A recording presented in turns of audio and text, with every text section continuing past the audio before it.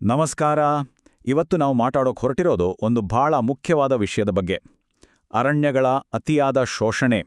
ಇದು ಕೇವಲ ಒಂದು ಪರಿಸರದ ಸಮಸ್ಯೆಯಲ್ಲ. ಇದು ನಮ್ಮ ಆರ್ಥಿಕತೆ ಮತ್ತು ವ್ಯಾಪಾರ ವಹಿವಾಟಿನ ಮೇಲೆ ಬೀರುವ ಪರಿಣಾಮಗಳ ಬಗ್ಗೆ ಕೂಡ ನಾವು ಚರ್ಚೆ ಮಾಡೋಣ.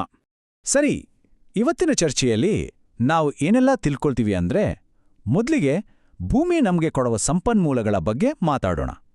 ಆಮೇಲೆ ನಮ್ಮ ಕಾಡುಗಳ ನಿಜವಾದ ಮೌಲ್ಯ ಏನು ಅಂತ ನೋಡೋಣ.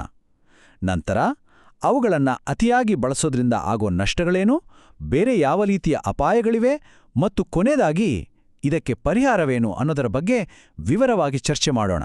ಬನ್ನಿ ಶುರು ಮಾಡೋಣ. ನೋಡಿ, ಅರಣ್ಯಗಳ ಸಮಸ್ಯೆಯನ್ನ ಸರಿಯಾಗಿ ಅರ್ಥ ಮಾಡ್ಕೊಳ್ಳೋಕ್ಕೆ ಮೊದಲು ನಾವು ನಮ್ಮ ಭೂಮಿ ಕೊಡುವ ಸಂಪನ್ಮೂಲಗಳ ಬಗ್ಗೆ ತಿಳ್ಕೋಬೇಕು. ಇದರಲ್ಲಿ ಮೂಲಭೂತವಾಗಿ 2 ವಿಧಗಳಿವೆ.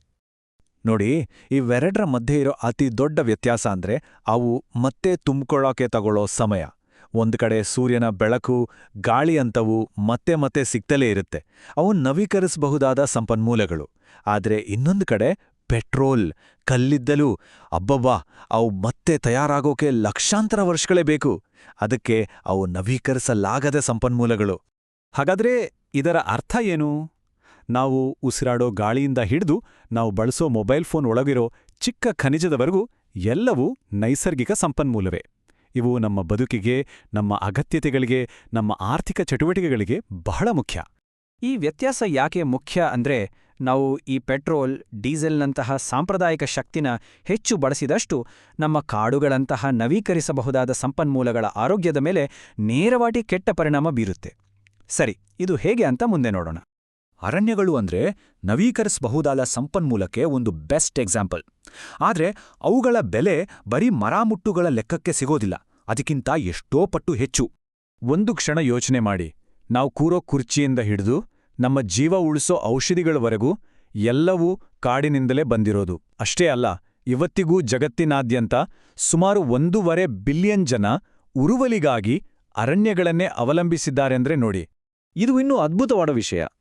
ಕಾಡುಗಳು ನಮಗೆ ಉಚಿತವಾಗಿ ಕೊಡುವ ಸೇವೆಗಳಿವೆಲ್ಲ. ಗಾಳಿ ಶುದ್ಧಿ ಮಾಡೋದು, ನೀರು ಹಿಡಿದಿಡೋದು, ಮಣ್ಣು ಕೊಚ್ಚಿ ಹೋಗದಾಗಿ ನೋಡಿಕೊಳ್ಳೋದು, ಇವುಗಳ ಆರ್ಥಿಕ ಮೌಲ್ಯ ಅದೆಷ್ಟಿದೆ ಗೊತ್ತಾ? ಟ್ರಿಲಿಯನ್ಗಟ್ಲೆ ಡಾಲರ್ಗಳು. ಇದನ್ನೇ ನೈಸರ್ಗಿಕ ಬಂಡವಾಳ ಅಂತ ಕರೆಯೋದು. ಇದನ್ನು ಕಳ್ಕೊಂಡ್ರೆ ಆಗೋ ನಷ್ಟ ಎಂಥದ್ದು ಅಂತ ಊಹಿಸೋಕು ಕಷ್ಟ. ಹಾಗಾದ್ರೆ ಸಮಸ್ಯೆ ಎಲ್ಲಿದೆ? ಈ ಸಂಪನ್ಮೂಲಗಳು ಮತ್ತೆ ಬೆಳೆಯೋ ಸ್ಪೀಡಿಗಿಂತ ಹೆಚ್ಚು ವೇಗವಾಗಿ ನಾವು ಅದನ್ನ ಬಳಸ್ಕೊಂಡಾಗ. ಇದೇ ಅತಿಯಾದ ಶೋಷಣೆಯ ಮೂಲ ಸಮಸ್ಯೆ. ನೋಡಿ, ಕಾಡುಗಳು ನಾಶ ಆಗೋಕೆ ಒಂದೇ ಕಾರಣ ಇಲ್ಲ. ನಾವು ತಿನ್ನೋ ಆಹಾರ, ಬಳಸೋ ವಸ್ತುಗಳು ಎಲ್ಲದಕ್ಕೂ ಕಾಡುಗಳು ಬಲಿಯಾಗ್ತಿವೆ. ಕೃಷಿಗಾಗಿ ದೊಡ್ಡ ದೊಡ್ಡ ಕಂಪನಿಗಳ ಮರ ಕಡಿಯೋದ್ರಿಂದ, ಗಣಿಗಾರಿಕೆಯಿಂದ, ಹೀಗೆ ಹಲವು ಕಾರಣಗಳಿವೆ. ಜಾಗತಿಕವಾಗಿ ಇದರ ಬೇಡಿಕೆ ಇರೋದ್ರಿಂದ ಇದು ಇಡೀ ವ್ಯವಸ್ಥೆಯನ್ನೇ ಹಾಳುಮಾಡ್ತಿದೆ. ಈ ಸಂಖ್ಯೆ ನೋಡಿ, 10 ಮಿಲಿಯನ್ ಹೆಕ್ಟೇರ್. ಅಂದ್ರೆ ಪ್ರತಿ ವರ್ಷ ನಾವು ಇಷ್ಟು ದೊಡ್ಡ ಪ್ರಮಾಣದ ಅರಣ್ಯವನ್ನ ಕಳ್ಕೊಳ್ತಿದ್ದೇವೆ. ಇದು ನಿಜಕ್ಕೂ ಆತಂಕಕಾರಿ. ಇದ್ರ ಪರಿಣಾಮ ಅಷ್ಟಿಷ್ಟಲ್ಲ. ಜೀವವೈವಿಧ್ಯ ನಾಶ ಆಗುತ್ತೆ, ಮಣ್ಣು ಸವಿಯುತ್ತೆ, ಪ್ರವಾಹ, ಬರಗಾಲಗಳು ಹೆಚ್ಚಾಗ್ತವೆ. ಅಷ್ಟೇ ಅಲ್ಲ, ಕ್ಯಾನ್ಸರ್ನಂಥ ರೋಗಗಳಿಗೆ ಔಷಧಿ ಆಗಬಲ್ಲ ಸಸ್ಯಗಳನ್ನೂ ನಾವು ಕಳ್ಕೊಳ್ತಿದ್ದೇವೆ. ಅಂದ್ರೆ ಇದು ಕೇವಲ ಪರಿಸರದ ಸಮಸ್ಯೆ ಅಲ್ಲ, ನಮ್ಮ ಬದುಕಿನ ಪ್ರಶ್ನೆ. ಕೇವಲ ಮರ ಕಡಿಯೋದಷ್ಟೇ ಅಲ್ಲ, ಉಳಿದಿರೋ ಕಾಡುಗಳ ಆರೋಗ್ಯ ಕೂಡ ಡೇಂಜರ್ನಲ್ಲಿದೆ. ಅದಕ್ಕೆ ಕಾರಣ ಮಾಲಿನ್ಯ. ನೋಡಿ, ಗಾಳಿ, ನೀರು, ಮಣ್ಣು ಎಲ್ಲವೂ ಕಲುಷಿತಗೊಂಡಾಗ ಕಾಡುಗಳು ಹೇಗೆ ತಾನೇ ಆರೋಗ್ಯವಾಗಿರಲು ಸಾಧ್ಯ? ಫ್ಯಾಕ್ಟರಿಗಳಿಂದ ಬರೋ ಹೊಗೆ, ಕೆಮಿಕಲ್ ನೀರು, ಪ್ಲಾಸ್ಟಿಕ್ ಕಸ ಇವೆಲ್ಲವೂ ಕಾಡಿನ ರೋಗನಿರೋಧಕ ಶಕ್ತಿಯನ್ನೇ ಕುಗ್ಸ್ಬಿಡುತ್ತೆ. ಆಗ ಚಿಕ್ಕಪುಟ್ಟ ಸಮಸ್ಯೆಗಳು ದೊಡ್ಡ ಅನಾಹುತಕ್ಕೆ ಕಾರಣವಾಗಬಹುದು. ಸರಿ, ಇಷ್ಟೆಲ್ಲ ಸಮಸ್ಯೆಗಳಿವೆ. ಹಾಗಾದ್ರೆ ಇದಕ್ಕೆ ಪರಿಹಾರ ಏನು? ನಾವು ಮುಂದೆ ಹೋಗೋದು ಹೇಗೆ? ಪರಿಹಾರ ಇರೋದು 2 ಮುಖ್ಯ ದಾರಿಗಳಲ್ಲಿ. ಒಂದು, ನಾಶವಾದ ಕಾಡುಗಳನ್ನ ಪುನಃಸ್ಥಾಪಿಸೋದು. ಇನ್ನೊಂದು, ಇರೋ ಕಾಡುಗಳನ್ನ ಸುಸ್ಥಿರವಾಗಿ ಬಳಸ್ಕೊಳ್ಳೋದು. ಈ 2 ಪದಗಳು ಕೇಳೋಕೆ ಒಂದೇ ಥರ ಇದ್ರೂ ಇವೆರಡರ ನಡುವೆ ವ್ಯತ್ಯಾಸ ಇದೆ. ಪುನರಣ್ಯೀಕರಣ ಅಂದ್ರೆ ಒಂದು ಕಾಲದಲ್ಲಿ ಕಾಡಿದ್ದು ಈಗ ನಾಶವಾಗಿರೋ ಜಾಗದಲ್ಲಿ ಮತ್ತೆ ಗಿಡ ನೆಡೋದು.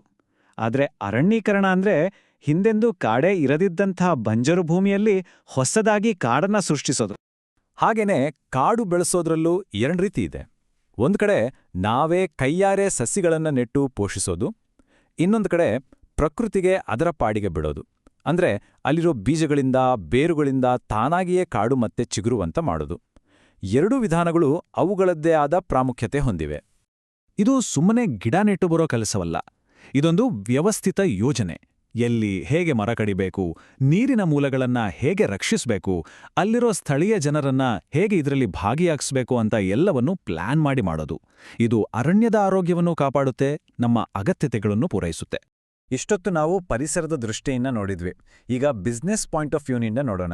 ಒಂದು ಕಂಪನಿಗೆ ಇದು ಪರಿಸರ ಕಾಳಜಿಗಿಂತ ಹೆಚ್ಚಾಗಿ ತಮ್ಮ ಭವಿಷ್ಯದ ಬಿಸ್ನೆಸ್ಗೆ ಬೇಕಾದ ಕಚ್ಚಾ ವಸ್ತುಗಳನ್ನು ಉಳಿಸ್ಕೊಳ್ಳೋ ಪ್ರಶ್ನೆ.